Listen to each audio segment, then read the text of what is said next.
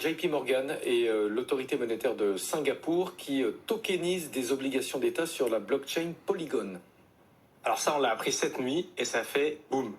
Ça fait boum parce que c'est l'une des plus grosses banques du monde qui, officiellement, vient de faire, avec l'autorité des marchés de Singapour, on va le voir, monétaire de Singapour, pardon, un premier trade dans la blockchain publique. Ça fait des années qu'ils nous bassinent avec leur blockchain privée, avec leur Excel partagé entre eux, à faire des super choses dans les pools de liquidité. On n'en a jamais vu la couleur.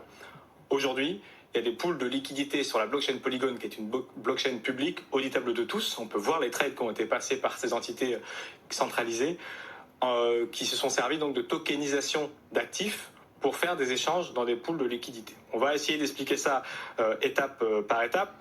Là, on parle effectivement donc de l'autorité monétaire de Singapour, qui, avec le projet Guardian, qui est un projet qui est depuis mai dans les tuyaux, qui vise pour l'autorité singapourienne de montrer l'efficience de la tokenisation d'actifs, qui vient donc de s'associer à plusieurs banques, dont JP Morgan. Dans le cadre de cette association, qu'est-ce qu'ils ont fait?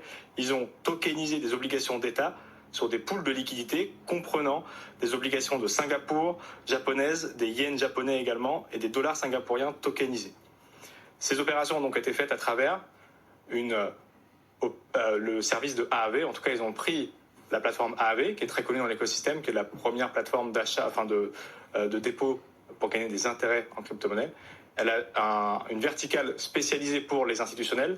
Ils ont récupéré cette version-là, qui permet notamment d'authentifier les personnes avec qui on va échanger, puisqu'on ne peut pas se permettre, quand on est une entité aussi grosse que JP Morgan, de faire des échanges de liquidités sans savoir qui est derrière. Donc AAV a sa verticale spécialisée pour les personnes qui doivent être authentifiées. Ils ont récupéré ce programme-là, ils l'ont mis sur Polygon et ils ont fait ces échanges directement, tokeniser des actifs pour les échanger beaucoup plus rapidement, sans tiers de confiance sur la blockchain. Donc là,